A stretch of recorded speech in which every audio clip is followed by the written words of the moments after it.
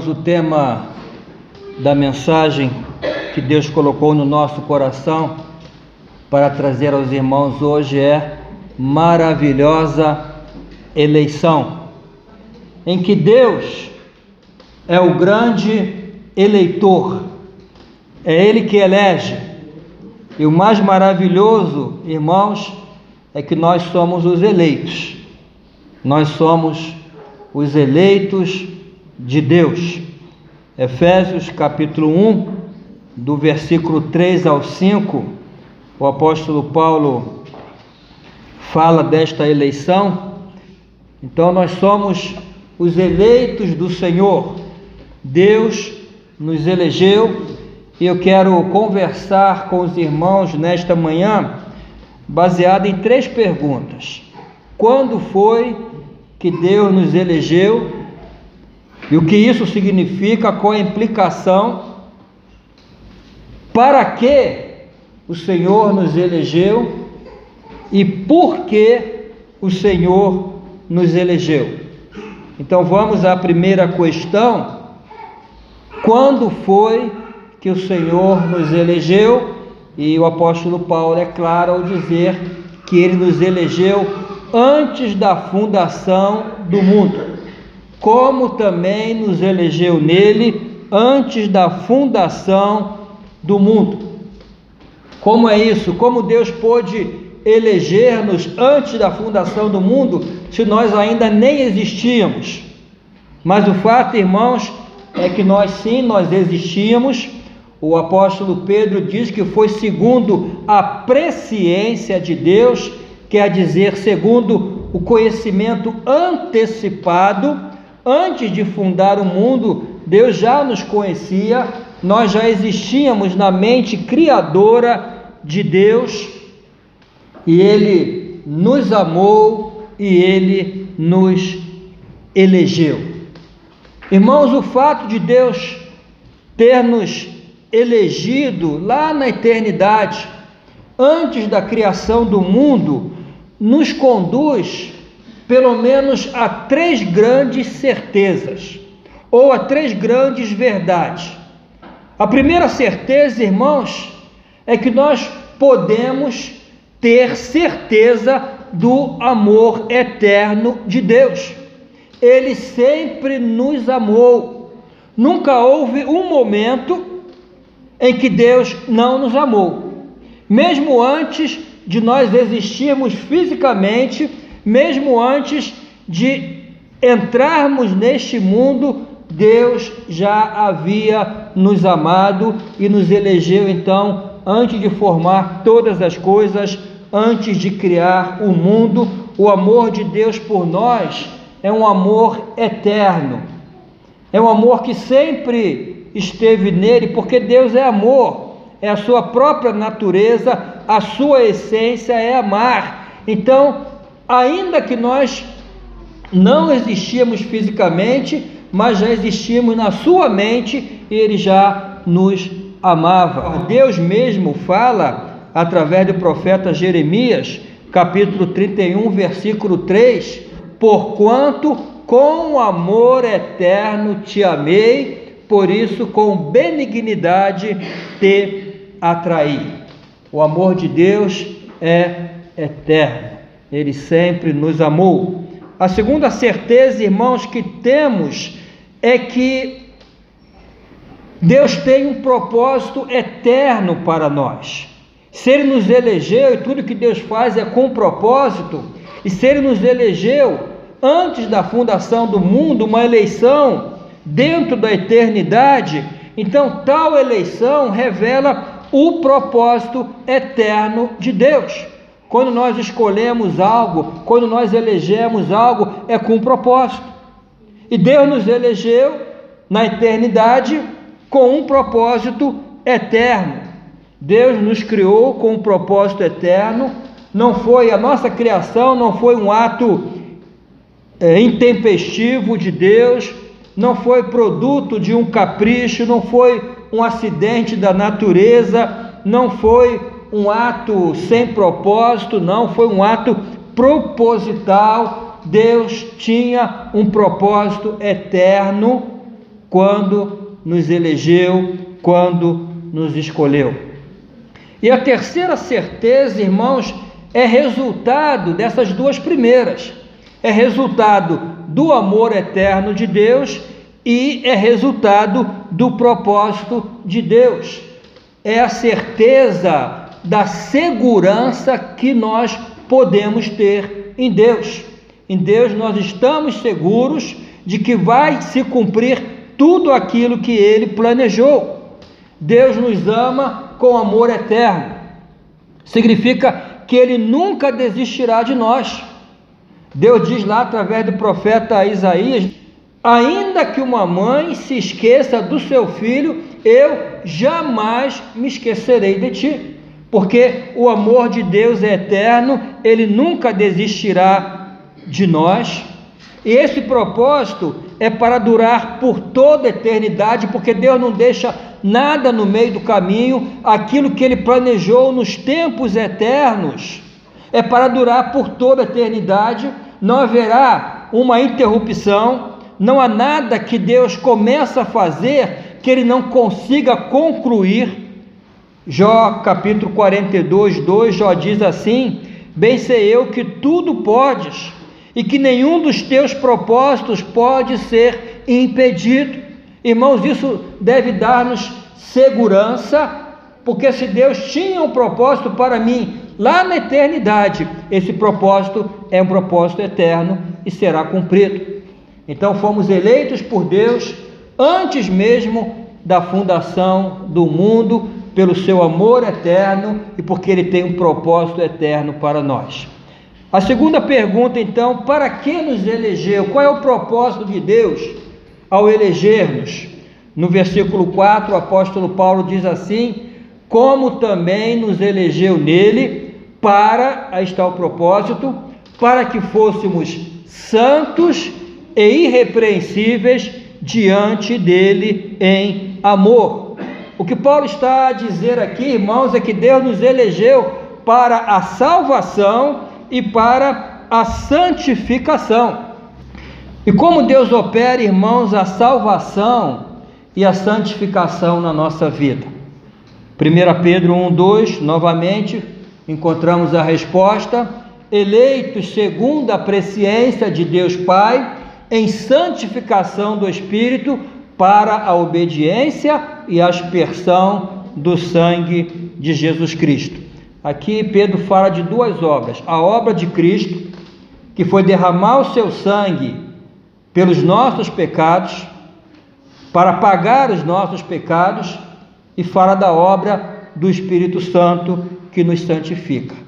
Então Deus nos salva mediante a fé no sangue de Jesus Cristo, e Deus nos santifica mediante a obra do Espírito Santo na nossa vida e através da nossa obediência a essa obra. Então temos aqui a salvação em dois níveis: a salvação da condenação do pecado, que aconteceu lá quando Jesus morreu por nós e quando nós aceitamos o sacrifício de Jesus, um ato, e a salvação do poder do pecado, que é a santificação, e é um processo.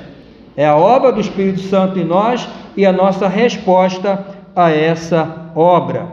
Quando Deus nos elegeu, decidiu salvar-nos, decidiu santificar-nos, Ele tinha algo ainda mais superior na sua mente.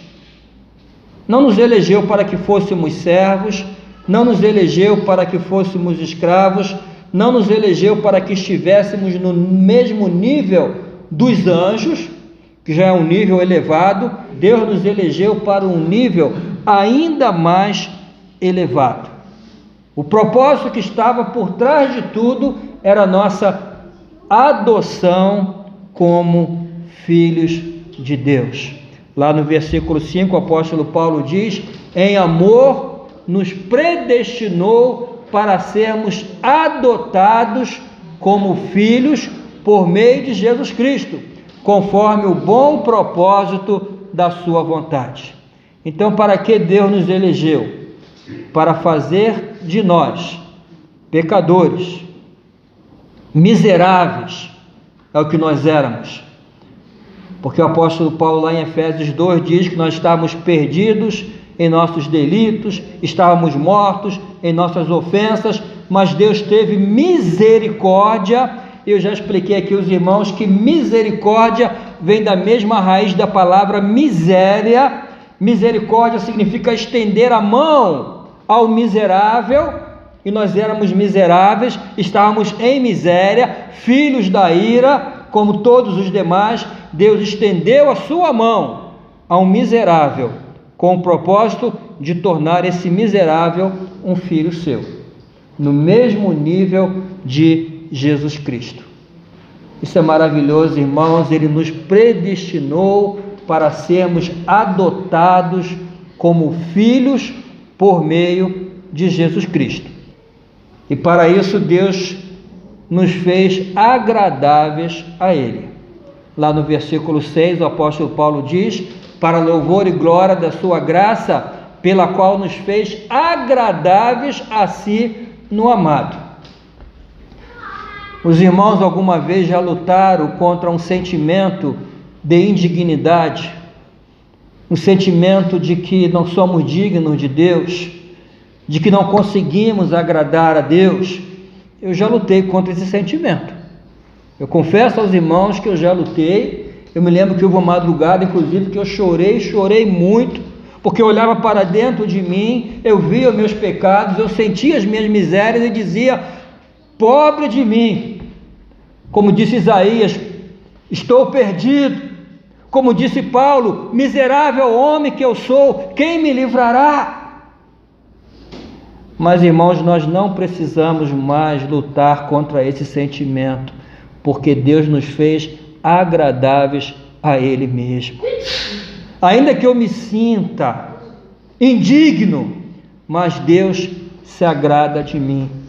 Porque quando Deus olha hoje para mim, Ele não vê mais os pecados do Ricardo, porque já foram pagos por Jesus. O que Ele vê é a justiça de Jesus, que foi derramada sobre a minha vida quando eu recebia Jesus como meu Salvador. Ele levou o meu pecado e em troca me deu a sua justiça. Então, quando Deus olha para nós, o que Ele nos vê é a justiça de Cristo. É isso que significa Romanos 5:1, quando Paulo diz: justificados, pois, pela fé, temos paz com Deus.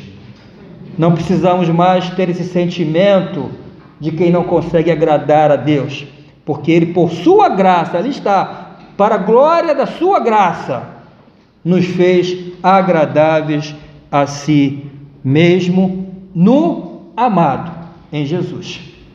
Em Jesus. No versículo 7, o apóstolo Paulo diz: nele temos a redenção por meio do seu sangue, o perdão dos pecados, de acordo com as riquezas da graça de Deus. Ao derramar seu sangue, Jesus assumiu nossa culpa, pagou pelos nossos pecados e ao mesmo tempo transferiu para nós a sua justiça. E é dessa maneira que Deus nos fez agradáveis a Ele. Quando Ele olha para nós, não vê os nossos pecados, Ele vê a justiça de Cristo. E por que Deus fez isso? Porque Ele nos elegeu. Já vimos que nos elegeu antes da fundação do mundo, nos elegeu com um propósito, que fôssemos filhos, amados, membros da sua família. E por que Deus nos elegeu? Não foi pelos mesmos critérios em que nós fazemos as nossas eleições. Não porque fôssemos bonitos, não porque fôssemos santos, não, era para que fôssemos. Então, quando Deus nos elegeu, Ele nos viu no nosso pior estado de pecado, mortos em delitos e pecado, e nos alcançou então com a sua misericórdia, com o seu amor, com a sua graça. Lá em Efésios capítulo 2, versículo 4 e 5, o apóstolo Paulo diz: mas Deus, que é riquíssimo em misericórdia, pelo seu muito amor com que nos amou, estando nós ainda mortos em nossas ofensas, nos vivificou juntamente com Cristo, pela graça sois salvos. não é porque vocês são bons, não é porque Deus viu virtude, não é porque Deus viu beleza, não é porque Deus viu qualidade, ao contrário, Ele viu pessoas que necessitavam da sua misericórdia, e como Ele é rico, ou riquíssimo em misericórdia, Ele nos deu misericórdia, e nos elegeu para sermos santos e irrepreensíveis diante dEle. Irmãos, como devemos responder a isso? Como devemos responder a essa maravilhosa eleição? Efésios 4:1, Paulo diz: rogo-vos, pois eu, o preso do Senhor, que andeis como é digno da vossa vocação com que fostes chamados. Seja digno da sua eleição. Quando nós elegemos um político, a gente fala: Senhor presidente, Senhor primeiro-ministro, seja digno do meu voto de confiança. E nós devemos ser dignos da eleição de Deus. Andeis como é digno da vocação com que fostes chamados. Ele nos elegeu para sermos santos e irrepreensíveis diante dEle. Viver cada dia de maneira santa, de maneira irrepreensível. Irrepreensível diante dEle. Não simplesmente diante da igreja, não simplesmente diante do pastor, diante dos diáconos, diante do esposo, da esposa, é diante dele, diante dos seus olhos, que tudo vê, nada fica encoberto. Esse é o nosso desafio, e a resposta que devemos dar à nossa eleição. Então, irmãos, que roguemos a Deus pelo seu poder, pela sua graça, pela ajuda do seu Espírito, que nos ajude a cumprir esse grande desafio de andar como é digno da nossa eleição. Amém? Amém. Que Deus a todos abençoe.